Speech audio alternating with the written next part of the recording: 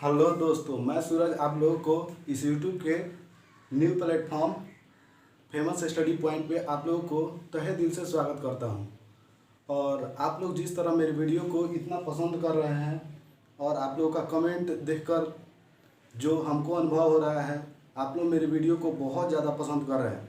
और मैं इसी विश्वास और उल्लास के साथ मैं ये दावा करता हूँ कि मैं पर डे आपको वीडियो दूंगा। अभी हाल ही में ग्रुप डी का एग्ज़ाम होने वाला है, जिसमें साइंस का कितना 25 नंबर का साइंस 25 नंबर का पूछा जाएगा।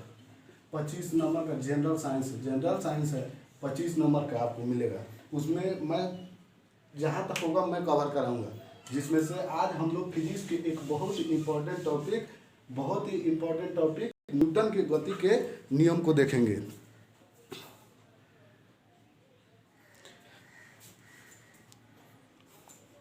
जो इस फिजिक्स के टॉपिक से एक न्यूटन के गति के नियम को लिया गया है, जो कि इन्होंने 3 नियम दिया था। उसी 3 नियमों को हम लोग पूर्णतः विश्लेषण करेंगे। जहाँ तक कि हमको लगता है कि पूरा रेलवे के एग्जाम को एनालिसिस किया गया तो उसमें पाया गया कि इससे मतलब कि इसके उदाहरण से ज़्यादा क्वेश्चन रहता है। हम आपको उदाहरण भी समझाएंगे और आप जाके प्रीवियस ईयर उठा के सॉल्व कीजिएगा। अगर सॉल्व नहीं किया तो कमेंट बोलिएगा। अगर आपको दिक्कत है किसी क्वेश्चन में तो कमेंट में उसको टाइप कर दीजिए, मैं देख लूँगा। चलिए हम लोग देखते हैं अब आज के आगे के टॉपिक को, ये कैसे हम लोग आगे की तरफ बढ़ते हैं। न्यूटन के फर्स्ट लॉ को, सेकेंड लॉ को, थर्ड लॉ को, तीनों को देखेंगे, तीनों का उदाहरण देखेंगे। कहते हैं शिक्षा वह शेरनी का दूध है, जो जितना पिया वह उतना ललकारा है।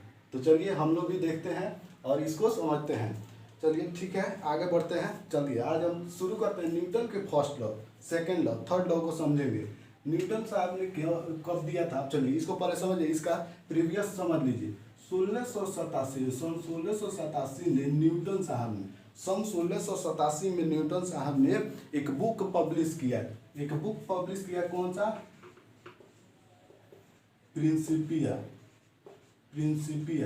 प्रिंसिपिया नामक बुक को इन्होंने पब्लिश किया। और उसी बुक में इन्होंने गति के 3 नियमों को प्रतिपादन किया।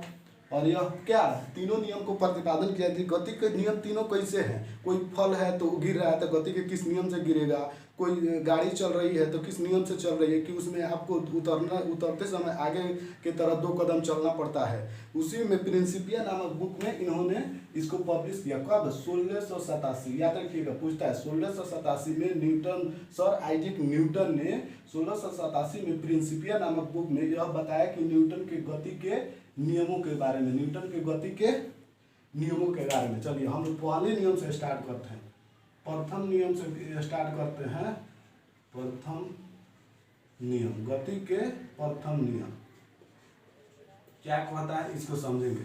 इसको अब देखिए, इससे क्या होता है, ध्यान दिए, नोट करते जाइएगा। जैसे जैसे लिख रहा है वैसे वैसे नोट कीजिए। पहला नियम हमें क्या बताता है, तो हमें पहला नियम बल का परिभाषा देता है। याद रखिएगा, पहला नियम हमें बल की परिभाषा देता है। कैसे? तो देखिए, कोई भी वस्तु अगर वह विरामावस्था में है तो विरामावस्था में रहना पसंद करेगी। अगर हम यहाँ पे स्टेबल है तो स्टेबल है, कौन चाहेगा कि हम जॉब करके छोड़ दें। स्टेबल है तो स्टेबल रहना पसंद करेगी। अगर हम चल रहे हैं, निरंतर कोशिश कर रहे हैं तो कोई रुकता है। निरंतर कोशिश कर रहा है तो कोई रुकता नहीं है, कोशिश ही करता जाए। यानी कहने का मतलब है, अगर कोई वस्तु विरामावस्था में है तो वह विरामावस्था में रहना पसंद करती है। अगर कोई वस्तु गतिशील अवस्था में है तो वो गति अवस्था में रहना पसंद करती है, जब तक कि उस पर कोई बाहरी बल कार्य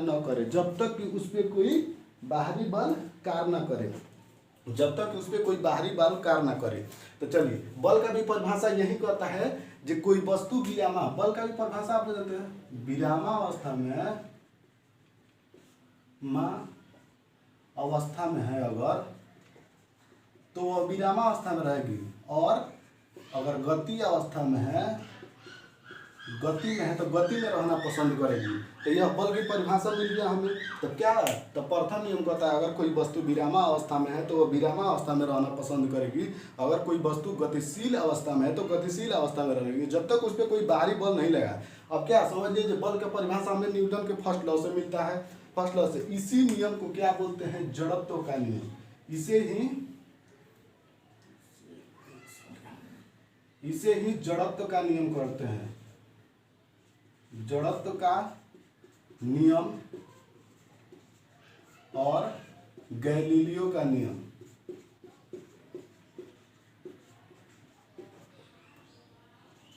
गैलीलियो का नियम भी इसी को कहते हैं।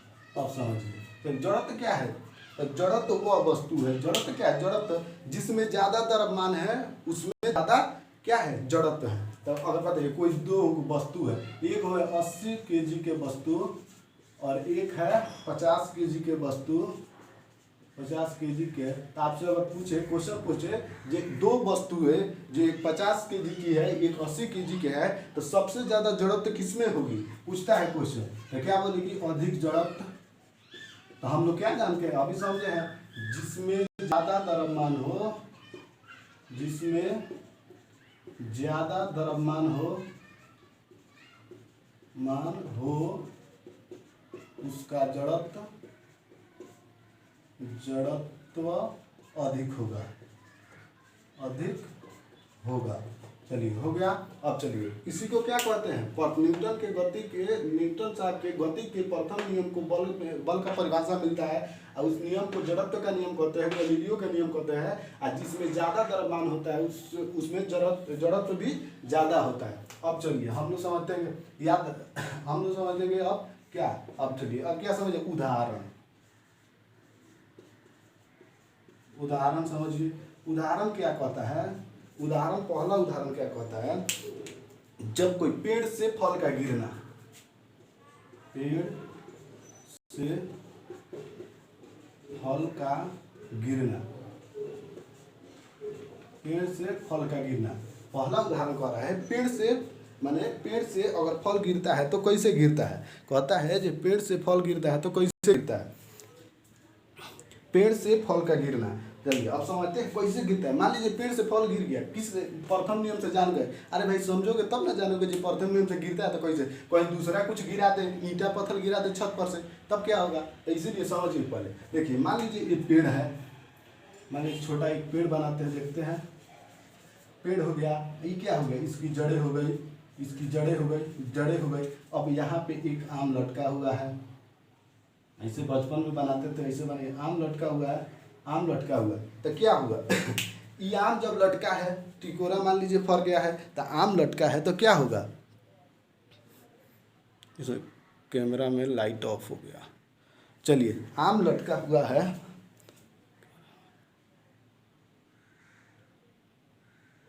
आम लटका हुआ है तो क्या होगा, अब यह तो विरामा अवस्था में है, विरामा अवस्था में आम भी अस्थिर अवस्था में। तब प्रकृति का दिया हुआ क्या तूफान आता है, इसके पास तूफान आएगा तो क्या कहेगा, इसको क्या करेगा, यहाँ पे जोर जोर से आएगा, इसको झकझोरेगा, वाइब्रेट करेगा। यही तो है कथी, तो विरामा अवस्था में है। तो क्या बोले हैं, जो कोई वस्तु जब विरामा अवस्था में है तो वो विरामा अवस्था में रहना पसंद करते। तो ये क्या कहता है, आम जो हमको विरामा अवस्था में है तो विरामा अवस्था में रहने दीजिए, विरामा अवस्था में, तब तक कि वायु इसको झकझोरता है तो गिर जाता है। तो इसमें बाहुबल लगा, तो क्या हम लोग जाने जो कि पेड़ से फल का गिरना गति के प्रथम नियम का उदाहरण है। क्यों, क्योंकि यह विरामा अवस्था में रहना चाहता है फल, और उसको क्या करता है, हवा झकझोरता है तो वह गति में आके गिर जाता है। तो कोई वस्तु अगर विरामा अवस्था में है तो वह विरामा अवस्था में ही रहना पसंद करती है, इसीलिए पेड़ से फल गिर जाता है। दूसरा उदाहरण समझिए, दूसरा उदाहरण क्या कहता है। अब चलिए दूसरा उदाहरण, चलती ट्रेन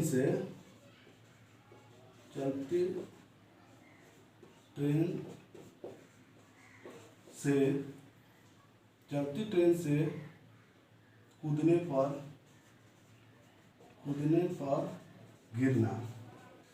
गिरना या हमें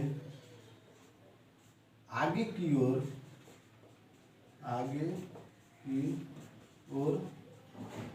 चलना चाहिए।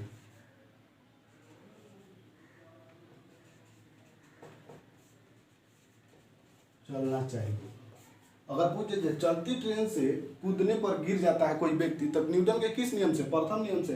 अगर कहता चलती ट्रेन से अगर हम कूदते हैं तो 2 कदम आगे क्यों चलते हैं, तो प्रथम नियम के कारण चलते हैं। अब चलिए कैसे, देखिए मान लीजिए ट्रेन ऐसे चल रही है, हम दुआरी पे उसके गेट के तरफ गए, मान लीजिए ट्रेन जा रही है, यहाँ पे गेट बनाया है झुक झुक झुक झुक ये चल रही है, झुक झुक झुक झुक आगे बढ़ती गई, ये इसमें चक्का लग गया तो क्या होता है, यात्री कूदता है। मान लीजिए ये तो गति अवस्था में, गति में अवस्था में, तो ये जब ट्रेन गति में है तो हम उसमें बैठे हैं तो हम भी तो गति में हैं, हम भी तो गति में चल रहे हैं। ट्रेन अगर मान लीजिए अगर एक ही समय पर, देखिए एक ही समय पर हो रहा है ना, तो जो कि अगर ट्रेन गति में है तो हम उसमें बैठे हैं तो क्या होगा, हम भी गति में, हम भी गति में, हम भी गति में, ट्रेन की गति में हम भी मूव कर रहे हैं। तो हम क्या चाहेंगे, हम चाहेंगे कि हम भी गति में हैं तो क्या गति में ही रहना पसंद करेंगे। जो कि ट्रेन चल रही है तो हम भी गति में है तो गति में। अब एक बार क्या होता है, जो आप इधर से गिरते हैं, कूदते हैं या स्टेशन पे उतरते हैं चलती ट्रेन से, तो क्या होता है, आप हैं गति में, आप चाहते हैं कि धरती है एकदम स्थल में विरामावस्था में, उसी पे कूद जाए, कैसे कूदिएगा, तो ये है तो क्या ट्रेन तक, इसीलिए बोला जाता है जो चलती ट्रेन से कूदिएगा तो क्या गति में है आप भी, और यहाँ पे कूदिएगा तो क्या हो जाएगा, ये आपको गति में आना ही जरूरी है। तो क्या होता है, पृथ्वी रहती है विरामावस्था में, जिसके चलते हम गिर जाते हैं। तो चलती ट्रेन से कूदने पर हम गिर जाते हैं। गति के किस नियम के कारण, अगर पूछता है जो गति के किस नियम के कारण चलती ट्रेन से हम कूदते हैं तो गिर जाते हैं, तो क्या बताइएगा, क्या बताइए कि प्रथम नियम के कारण। तो कैसे, किसी को समझाना तो समझा दीजिएगा कैसे। तो अगर हम ट्रेन में है तो ट्रेन गति में है तो हम भी ट्रेन में गति अवस्था में है, और इसी गति को प्राप्त करने के लिए ट्रेन से जब उतरना चाहिए तो हमें 2 कदम आगे की तरफ चलना चाहिए, तब जाके ये पूरा मेंटेनेंस माना रहेगा। चलिए अब समझ गए, आगे क्यों उतरना चाहिए ये भी समझ गए। तीसरा, अब चलिए तीसरा सुनिए, तीसरा उदाहरण क्या कहता है। तीसरा उदाहरण क्या कहता है, अगर हम ऐसे गिर गए मान लीजिए, अब चलिए तीसरा उदाहरण कहता है कि किसी, अब मान लीजिए कि कोई बस का शीशा है आगे वाला पूरा फ्रंट से, तो गोली से चली हुई, जैसे गोली चलाते हैं तो गोली से जो बंदूक चलता है, बंदूक ऐसे चलाइएगा तो गोली के द्वारा शीशा में छेद करना, उसके अंदर उसको छेद देना, भेद देना, यह प्रथम नियम के कारण होता है। प्रथम नियम के कारण होता है कि गोली से शीशा को, जब गोली मारा जाता है तो शीशा को इतना ही भाग को क्यों टक्कर दे के निकल जाती है, उसको पूरा फोड़ देना चाहिए, नहीं ना फोड़ती है। तो चलिए अब कहते हैं बंदूक द्वारा शीशा में नुकीला छेद करना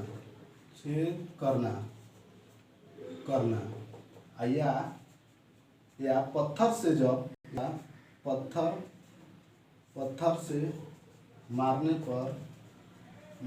पर शीशा का चकनाचूर होना, टूटना। अब चलिए दोनों एक ही साथ समझा रहे, दोनों को इसमें हो गया, दोनों 4 को 5 को हो गया, बहुत ज़्यादा हो गया एग्जाम्पल। तब देखिए बंदूक से निकली गोली जब आगे की तरफ जाती है तो वह मूविंग अवस्था में रहती है, तेज अवस्था में रहती है। तो क्या होता है, तो छोटा होती है और गति अवस्था में रहते हैं। अपनी गति को प्राप्त करने के लिए क्या करती है, उसको बेच के निकल जाती है। तो कहती है कि मैं गति अवस्था में हूँ तो गति अवस्था में रहना पसंद करेंगे, तो एकदम छेद कर। अब देखिए शीशा क्या है, अब सुनिए, शीशा तो विरामावस्था में, तो अपने गति के कारण उसको भेज देती है। अब ये अपने बंदूक की गोली गति के कारण अपना इतना ना स्पीड रहता है तो उसको एकदम नुकीला भाग को, हिस्सा को छूते हुए निकल जाती है, उसमें इतना छेद हो जाता है। लेकिन जब हम पत्थर मारते हैं तो क्यों चकनाचूर हो जाता है, तो क्योंकि शीशा विरामावस्था में होता है। यह अब देखिए यह क्यों होता है, क्योंकि अपना गति अवस्था में तो गति में पसंद करेगी, ये विरामावस्था में शीशा क्यों टूटता है, तो विरामावस्था में वो तो अस्थिर है, अभी है तो ये तो बड़ा है, तो ये मारेगा जब तो क्या होगा, तो मूविंग अवस्था में। ये छोटा था तो इसीलिए बेच दिया, ये बड़ा है तो बड़ा एरिया खोजता है, तो बड़ा एरिया खोजता क्या करेगा, जो शीशा पे मारिएगा तो वो तो है विरामावस्था में। क्या करता है कि हम विरामावस्था में आप हमें मार रहे हैं तो क्या करेगा, वो टूट जाएगा अपने आप से, वो अपने आप से टूट जाता है। तो देखिए मारते हैं तो क्या होगा, तो वो है विरामावस्था में। तो क्या होता है, जो शीशा का पूरा भाग गति अवस्था को नहीं प्राप्त करता, इतना बड़ा अवस्था है तो उसको गति कैसे प्राप्त करेगा। ये तो इसमें तो बहुत चाल था तो जाके छेद के निकल गया। ये तो या पत्थर से मारने पर शीशा का टूट जाएगा, क्यों, क्योंकि उतने बड़े हिस्से को यह मूविंग अवस्था में नहीं ला सकता है, यह इसीलिए टूट जाता था। शीशा विरामा अवस्था के कारण टूट जाता है। ठीक है, अब देखिए हम इसको एक बार ऊपर से पूरा देख लेते हैं। कब दिया था? न्यूटन साहब। न्यूटन साहब देखिए, मैं प्रत्येक वीडियो बनाता हूँ उसमें बोलता हूँ कि आप लोग ध्यान से पढ़िए और रिपीट करते रहिए, रिपीट कीजिएगा, अंत में जाकर आपको याद हो जाएगा। गर्मी बहुत ज़्यादा है इसीलिए पूरा बदन पूरा गर्म हो रहा है।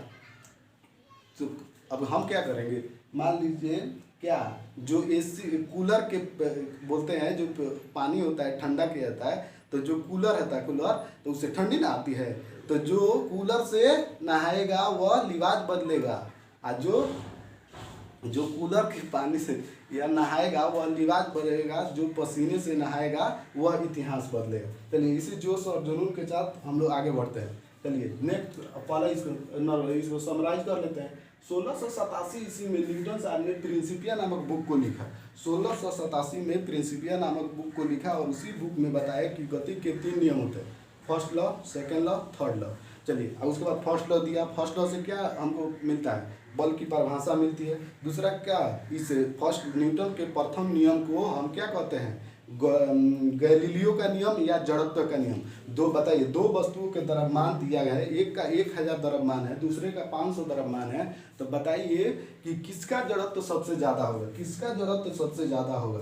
किसका जड़त्व ज्यादा होगा? जिसका द्रव्यमान ज्यादा होगा उसी का जड़त्व ज्यादा होता है। समझ लिए यहाँ पे। अब तीसरा का उदाहरण क्या है? पेड़ से फल का गिरना न्यूटन के फर्स्ट लॉ के कारण होता है। जबकि या चलती ट्रेन या बस से अगर हम उतरते हैं तो हमें आगे की तरफ कुछ कदम चलना पड़ता है, किसके कारण? तो फिर न्यूटन के फर्स्ट लॉ के कारण। या ट्रेन से उतरते समय अगर व्यक्ति आगे की तरफ नहीं चलता है तो वहीं गिर जाता है, क्यों? क्योंकि न्यूटन के फर्स्ट लॉ के कारण कोई वस्तु गति अवस्था में है तो गति में रहना पसंद करे। थर्ड क्या कहता है? बंदूक द्वारा शीशा में नुकीला छेद हो जाता है, क्योंकि गति अवस्था में उसके छोटे से भाग को मूविंग अवस्था में ला देती है। तीसरा का था शीशा, पत्थर मारते हैं, पत्थर थोड़ा बड़ा होता है तो मारिएगा तो वह पूरे हिस्से को मूविंग अवस्था में नहीं ला सकता है, इसीलिए क्या शीशा चकनाचूर होता है। चलिए हम लोग अब दूसरे नियम पर चलते हैं। इसको दूसरा नियम देखिए क्या कहता है। चलिए मिटा दिए तो एक बार रिविजन करिए। प्रथम नियम से क्या मिलता है? हमें बल की परिभाषा मिलता है। प्रथम नियम को क्या कहते हैं? तो गैलीलियो का नियम कहते हैं या जड़त्व का नियम कहते हैं। उदाहरण भी समझिए। अब सेकेंड नियम चलिए, द्वितीय नियम क्या कहता है? द्वितीय नियम क्या कहता है हमारा? चलिए द्वितीय नियम क्या कहता है? पानी पी लीजिए।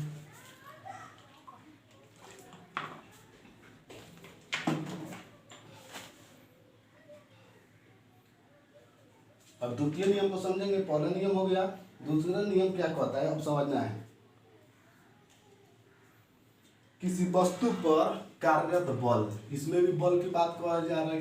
किसी वस्तु पे कार्यरत बल, किसी वस्तु पे कार्यरत बल वस्तु के संवेग में परिवर्तन, किसी वस्तु पर कार्यरत बल वस्तु के संवेग में परिवर्तन के दर के बराबर होती है। संवेग में परिवर्तन के अनुक्रमानुपाती होती है। ध्यान से सुनिए। किसी वस्तु पर कार्यरत बल, ईंटा हो, पत्थर हो, कुछ भी हो, बोर्ड हो, तो किसी वस्तु पर कार्यरत बल, ध्यान से सुनिए, किसी वस्तु पर कार्यरत बल, किसी वस्तु पर कार्यरत बल उसके संवेग में परिवर्तन के दर के अनुक्रमानुपाती होती है। देखिए कैसे, किसी वस्तु पर कार्यरत बल उसके संवेग में परिवर्तन की दर डेल्टा टी दर के समानुपाती हो गए, तो यही कहलाता है क्या? द्वितीय नियम। अब एक और कहलाता है या क्या कहलाएगा? किसी वस्तु का बल उसके द्रव्यमान, किसी वस्तु का बल, ध्यान से देखिएगा तो हम गारंटी लेते हैं, आप कमेंट छोड़कर ही जाना है, आपको तो जाना है, क्योंकि अगर समझ में आता है तो आपको वीडियो जब अंत होती है तो आपको कमेंट छोड़कर ही जाना है, क्योंकि इतना मेहनत से पढ़ा रहे हैं, देख रहे हैं कि आप इतना बहुत ज़्यादा यहाँ पे गर्मी, पूरा रूम पैक है, तो देख रहे हैं इतना, जब गर्मी में इतना मेहनत से आदमी पढ़ाता है तो आपको कमेंट छोड़कर जाना चाहिए, एक लाइक तो करना चाहिए ना। चलिए ज़्यादा बात नहीं करेंगे, वीडियो लंबा हो जाएगा। चलिए, किसी वस्तु का बल उसके द्रव्यमान को क्या बोलते हैं? द्रव्यमान, उसके द्रव्यमान, किसी वस्तु किसी वस्तु का बल उसके द्रव्यमान और उसके वेग के गुणनफल होता है, के बराबर होता है। तब वेग त्वरण के बराबर होता है, त्वरण के बराबर होता है। तो क्या हो गया, एफ बराबर द्रव्यमान को m से सूचित करते हैं गुने त्वरण को a से सूचित करते हैं। तो यही ना है, कहते हैं जब बल बराबर क्या होता है, F बराबर ma होता है। क्यों होता है, तो यही है, किसी वस्तु का बल उसके द्रव्यमान और उसके त्वरण के गुणनफल के बराबर होता है। चलिए ठीक है, अब देखिए कहीं दे देगा आपको, इसको किस है, ये न्यूटन में व्यक्त करते हैं, इसको किस में व्यक्त करते हैं, मीटर को मीटर में, केजी में, द्रव्यमान है तो केजी में, इसको क्या व्यक्त करते हैं, त्वरण है तो मीटर प्रति सेकंड स्क्वायर। अब देखिए न्यूटन का अगर आपसे कोई फार्मूला पूछे तो क्या बोलिएगा, फार्मूला क्या बोलिएगा, केजी मीटर प्रति सेकंड माइनस 2। ये क्या हो गया, ये देखिए हो गया ना, यह इसका एसआई मात्रक हो गया।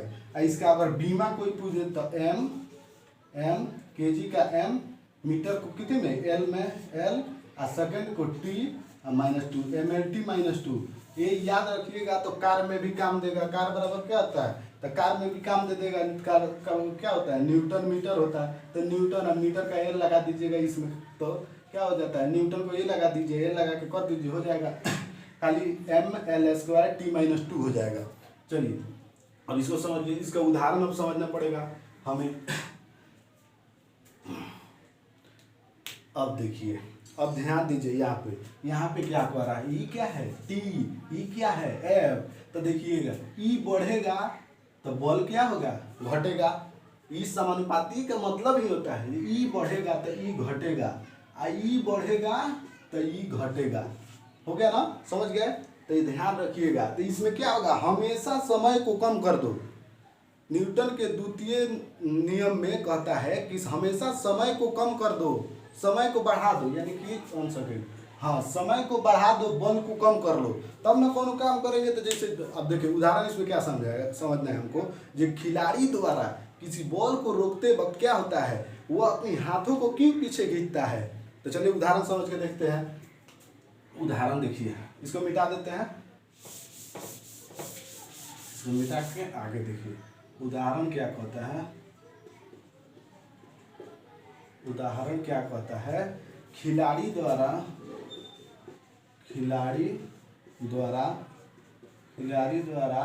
गेंद को पीछे गेंद को कैच करते समय खिलाड़ी द्वारा गेंद को कैच करते समय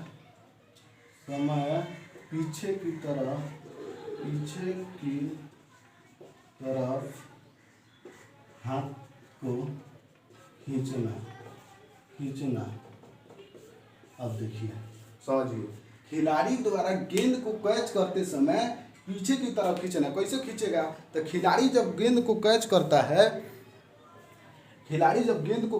है तो क्या करेगा, देखिए मान लीजिए बॉल आ रहा है, उधर से आ रहा है, एकदम आ रहा है, उसको क्या करे, पकड़ रहे हैं, ऐसे पकड़ देंगे। क्या होता है, नहीं कहता है हाथ नहीं पीछे करेगा का जब हम लोग खेलते हैं तो क्या कहते हैं, हाथ पीछे करके कैच रखो ना, जल्दी रुकाएगा, क्यों कहता है। तो लेकिन वो सब जानते नहीं है, या तो पढ़े, अगर क्रिकेटर है तो पढ़ा लिखा होगा तभी तो जानता है। तो देखिए तो क्या करेगा, खींचेगा, तो ऐसे खींच के ऐसे रोकता है, क्यों रोकता है, देखिए वो अपने जो बॉल का होता है उसको समय को कम, मान लीजिए यहाँ पे समय 2 सेकंड लग रहा है, तो यहाँ पे करेंगे तो 3 सेकंड लगेगा ना बॉल को।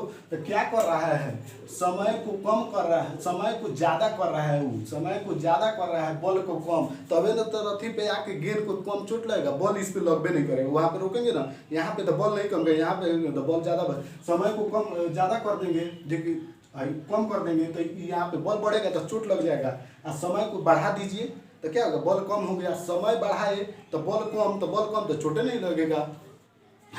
समझ गए। खिलाड़ी द्वारा गेंद को कैच करते समय पीछे की तरफ हाथ खींचना, क्यों खींचता है, क्योंकि वह चाहता है कि बॉल को कम किया जाए। अब बॉल को कब कम करता है, समय को बढ़ा लेता है इधर करके। चलिए दूसरा उदाहरण, दूसरा क्या कहता है, आप सुनिए। दर्शकों को देखिए, अब देखिए इसी में समझिए दर्शक जो होते हैं उनको क्यों चोट लग जाती है। कभी कभी देखते हैं क्रिकेट में मैच इधर से जब छक्का जाता है तो दर्शकों के लग जाता है। क्यों लग जाता है? क्योंकि वो तो खिलाड़ी है नहीं जो कि अपना मैंने संतुलन बना कर रखेंगे और न्यूटन के दूसर का नियम पढ़े होंगे। दूसर का नियम तो पढ़े नहीं होंगे तो उनको चोट लग जाता है। नहीं तो एकदम सतर्क रहते, पीछे हट जाते। तो नहीं पढ़े रहते हैं तो क्या होता है, जब उधर से गेंद आता है तो एक बार अपने अस्थिर में तो इलो रोकता है, वैसे जहाँ पहले रोक ली तो कैसे रोकेगा भाई? पहले रोकेगा तो समय तुम ज़्यादा करबे नहीं कर रहा है तो बॉल ज़्यादा लग जाएगा। समय को कम कर रहा है, जल्दी रोकेगा तो समय जल्दी रोक रहा है तो समय को कम कर रहा है, कम करेगा तो बॉल बढ़ेगा, बॉल बढ़ेगा तो चोट लग जाएगा। चलिए समझ गए। दूसरा नियम समझिए। एक सेकेंड।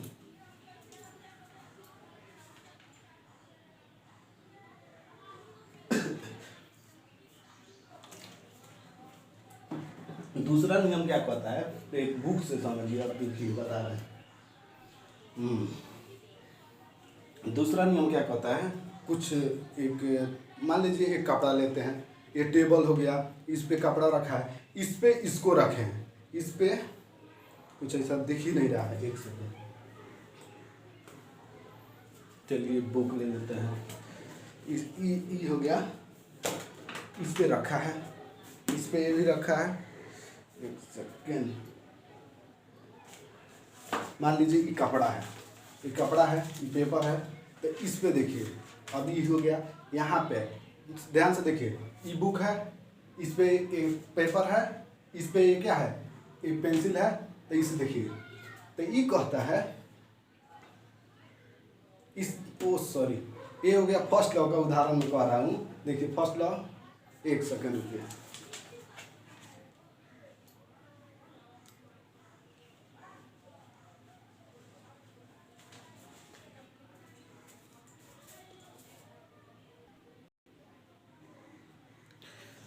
जानते हैं न्यूटन के लॉ में तीनों नियम में इतना ना ज़्यादा उदाहरण है कि किसी को किसी में हो जा रहा है, लेकिन नहीं होगा। हम बता रहे हैं, जितना समझा रहे हैं। वो क्या था जो कि ये विरामावस्था में रहना चाह रहा है और ऊपर पेपर, ऊपर से ई है, इसके बीच में विरामावस्था में ई क्या है, पेपर ई है विरामा। पेपरवा नीचे से खींचिएगा तो इसी पे रह जाएगा। तो क्या होगा, न्यूटन का फर्स्ट लॉ हो गया। ये समझ गए। एक और उदाहरण आपको नहीं समझा पाए, मान लीजिए ई कपड़ा है, ई कपड़ा है, तो फर्स्ट नियम में ही समझ लीजिए, ई कपड़ा है, ई कपड़ा है, तो इसमें क्या है, इसमें ई क्या है, गंदा मान एक दो थोड़ा लगा रहता है, तो इसको क्या कीजिएगा, ऐसे झाड़िएगा तो क्या होगा, इसमें कि कौन क्या विरामावस्था में है। दूसरा क्या, इसको हम गति में कर रहे हैं तो विरामावस्था में, तो कर रहा है जो विरामावस्था में रहेंगे तो क्या होता है, गिर जाता है। तो ये फर्स्ट ही नियम का उदाहरण है। इतना ज़्यादा उदाहरण नहीं, कन्फ्यूजन है। चलिए दूसरा समझा रहा है। एक एथलीट द्वारा, एथलीट क्या होता है, एथलीट कूद कर मारने वाला, लंबी कूद मारने वाला है, तो क्या करता है, एकदम पूरा दूर से जाता है ना, दूर से एकदम जाएगा, उसको तड़प जाता है उसको। तो क्यों दूर वो लंबी कूद लेता है, इसीलिए लंबी कूद लेता है जो वह समय को बढ़ाता है, समय को बढ़ाता है। मान लीजिए हमारा यहाँ पे है, इसको हमको तड़पना है, तो यहीं से कूदेंगे तो समय तो कम लगा दिए, तो जाके बॉल लगेगा ज़्यादा, उधर गिरिएगा तो एकदम आपको चोट लग सकता है। तो बोलता है लंबी कूद, लंबी कूद, एथलीट द्वारा लंबी कूद लेने में लगा समय, एथलीट लंबी कूद में लिख दीजिए, लंबी कूद, कूद लेने में लंबी कूद लेने में भी सेकंड नियम काम करता है। और तीसरा क्या हो जाता है, जब लंबी कूद लेते हैं तो ये हो गया आपको उदाहरण लंबी कूद वाला। तीसरा क्या हो गया, तीसरा समझ लीजिए, बहुत ज़्यादा गर्मी है। तीसरा समझिए क्या कहता है, एक तो लंबी कूद हो गया, क्या है एक सेकंड माइक हिल गया। तीसरा क्या, लंबी कूद में क्या है, अब ये समझ लीजिए एक बार, लंबी कूद में क्यों, देखिए ये फर्श है, फर्श रहता है ना यहाँ, तो यहाँ पे है, तो यहाँ पे क्या करेगा, इसको मान लीजिए इसको तोड़ना है, लंबी कूद में इसको तोड़ना है, तो यहाँ से कूदेगा तो इसको दिक्कत होगी कूदने में। यहाँ पे समय के परिवर्तन करना चाहता है, वो कहता है नहीं कर रहा है कि समय के परिवर्तन कर, तो ये लंबी कूद लेगा ताकि ज़्यादा समय लगे, तो ये क्या होगा, ज़्यादा समय लगे, बल का अनुभव कम हो यहाँ पे, तो इसलिए कहते हैं यहाँ पे चोट नहीं लगेगा। चलिए तीसरा समझिए, लॉन टेनिस, जो बॉल टेबल टेनिस होता है, टेबल टेनिस के खिलाड़ी द्वारा मारा गया बॉल, टेबल टेनिस के खिलाड़ी द्वारा,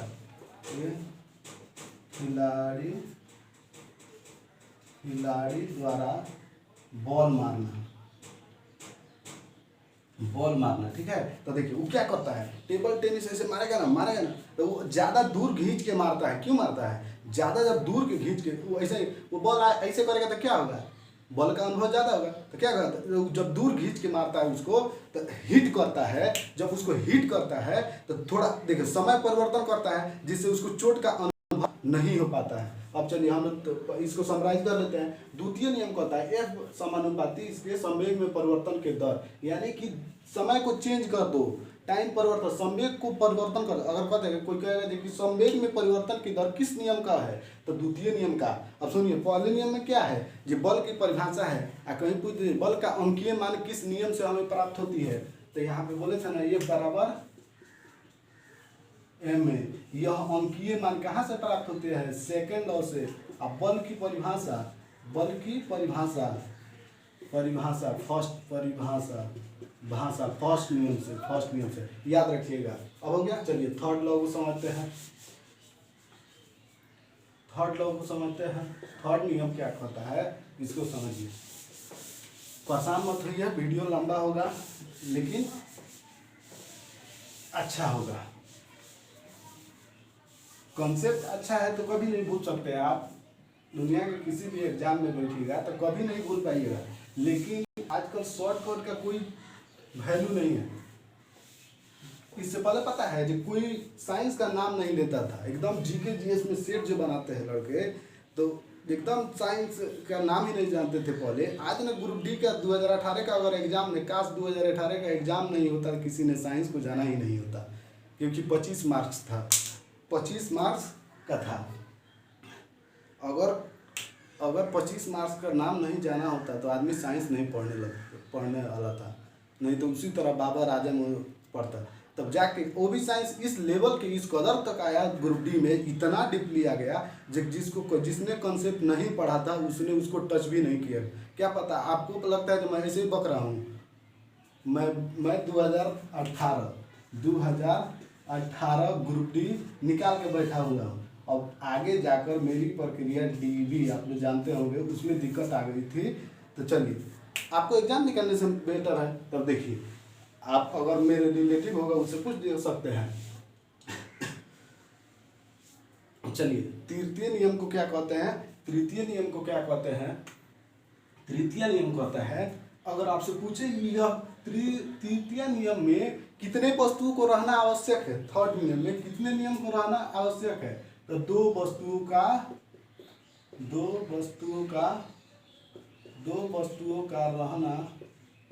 रहना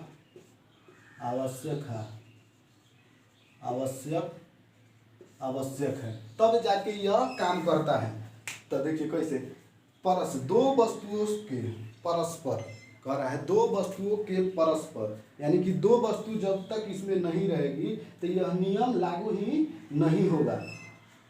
दो वस्तुओं द्वारा विपरीत दिशा में क्रिया, इसको क्या बोलते हैं, क्रिया प्रतिक्रिया नियम, याद रखिएगा, क्रिया प्रतिक्रिया नियम, क्रिया प्रतिक्रिया नियम इसी को बोलते हैं। दो वस्तु, राइटिंग पे ध्यान मत दीजिएगा ज़्यादा, नियम दो वस्तु, क्रिया प्रतिक्रिया का नियम कहते हैं दो वस्तुओं का होना आवश्यक है, दो निकाय का होना आवश्यक है। क्योंकि हम जितने, इसमें क्या होता है, जो हमने आप पर 5 न्यूटन का बल लगाया था, आप भी मुझ पे 5 न्यूटन के बल लगाइएगा, तब संतुलन बनेगा। अगर मैं आपको मार रहा हूँ एक तमाचा, तो आप भी एक तमाचा मारिएगा, तब ना जाके बराबर होगा। यह नियम वही बताता है कि दो वस्तु होना चाहिए, क्रिया प्रतिक्रिया होना चाहिए। अगर हमने कोई काम किया तो आप भी काम कीजिए, तब ना बराबर होगा।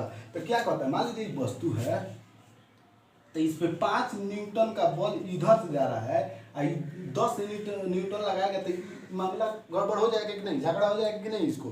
तो क्या करेगा, तो यूँ कहेगा कि इस पे 5 न्यूटन का बल लगाइए ताकि यह वस्तु यहीं से, ठीक है। अब चलिए, तो दो वस्तुओं को होना क्रिया प्रतिक्रिया का नियम। अब इसका उदाहरण देखिए क्या होगा।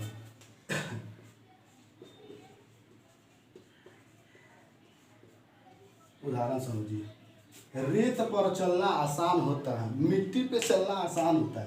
पृथ्वी पे मिट्टी पे मिट्टी पे चलना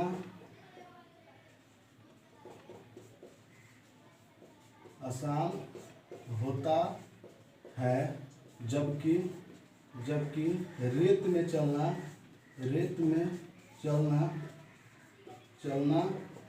कठिन होता है।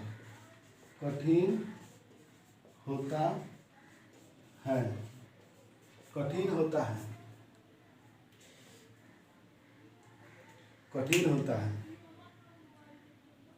होता है। कैसे? अब देखिए, ये मान लीजिए रेत है, इस पे बबुआ चल रहे हैं, मान लीजिए एगो दोनों पैर बना दो, दोनों पैर, ये बबुआ चल रहा है, ये चल रहा है। अब देखिए, अब आई एगो है मिट्टी पे, ये समतल जमीन पे एक आदमी चल रहा है, इनका भी पैर बना दीजिए, ये चल रहा है। तो देखिए, ये क्या है, इस पे अगर 5 न्यूटन का बल लगाते हैं तो धरती भी इन पर 5 न्यूटन का ही बल लगाएगी। जब 5 न्यूटन का, अब क्या होता है, ऐसे चलते हैं तो नीचे जितना दाबते हैं तो धरती भी आप पर उतना ही न्यूटन के से बल लगाती है, ताकि तब ना आप चल पाते हैं। और नहीं तो क्या होगा, ये लगा 10 न्यूटन, ये लगाती है आप, रेत क्या है, रेत ये 2 न्यूटन लगाता है, तो क्या होगा जी, इसी में धंस जाइए। ये आपको प्रतिक्रिया आपके विपरीत ही नहीं जा रहा है। इसमें क्या होता है, विपरीत जाना जरूरी होता है, ये विपरीत नहीं जाता है, इसीलिए इसमें चलना मुश्किल हो जाता है। इसमें चलना आसान होता है। क्यों? क्योंकि हम मिट्टी पर अगर चलते हैं तो मिट्टी, हम जितना बल मिट्टी पे लगाते हैं उतना ही बल मिट्टी हम पे लगाती है, तो हम चल पाते हैं। अगर हम रेत पे जाते हैं तो हम अगर जितना बल लगाते हैं, बल से उसको ऐसे दबते हैं, तब तक क्या होता है, वो छोड़ देती है, बस हम धंस जाते हैं उसी में। चलिए दूसरा समझिए, सेकंड नियम। अब देखिए, इसमें क्या होता है, एक तैराक द्वारा पानी में चलना क्या होता है, चलता है तो उसको क्या बोलते हैं, न्यूटन के दूसरे। पहले ही समझिए, नाव के जब चलता है तो आगे की तरफ क्यों जाता है, आगे की तरफ नाव से कूदते हैं। हाँ, नाव से कूदते हैं हम, तो क्या होता है, नाव से ऐसे कूदते हैं तो नाव को पीछे की तरफ चलना। नाव, समझ लिख लीजिएगा, नाव के द्वारा जब अगर हम नाव से कूदते हैं तो नाव का पीछे हटना, यह थर्ड नियम का है। क्यों?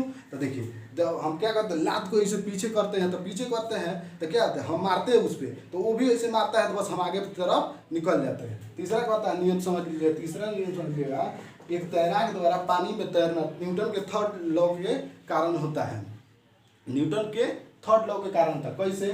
तो देखिए, तैराक क्या करता है, पानी पर बल लगाता है, जो अगर वह पानी पर उतना जितना बल लगाता है उतना ही पानी उस पर बल लगाती है, तब जाके ये आगे की तरफ चलता है। तो देखिए, अब समझ लिए, तीनों नियम को हम लोग समझ लिए। चलिए इसको एक बार शॉर्टकट में एकदम पूरा समरी करके लिख देते हैं। पहले इसको मिटा देते हैं, first law, second law, third law को मिटा देते हैं, जल्दी में कर देते हैं ताकि वीडियो ज़्यादा लंबा हो। लेकिन जितना देर पढ़ा है उसमें आप देखिएगा, बहुत अच्छा से आपको समझ गया। देखिए, सभी का आंसर अभी आप देख लेंगे। चलिए, प्रथम नियम को देखिए क्या है, बल की परिभाषा, पूरा देखिए इतना ही में छाप दे रहे हैं, बल की परिभाषा। इसमें क्या होगा, इसे गैलीलियो का नियम और जड़त्व का नियम कहते हैं।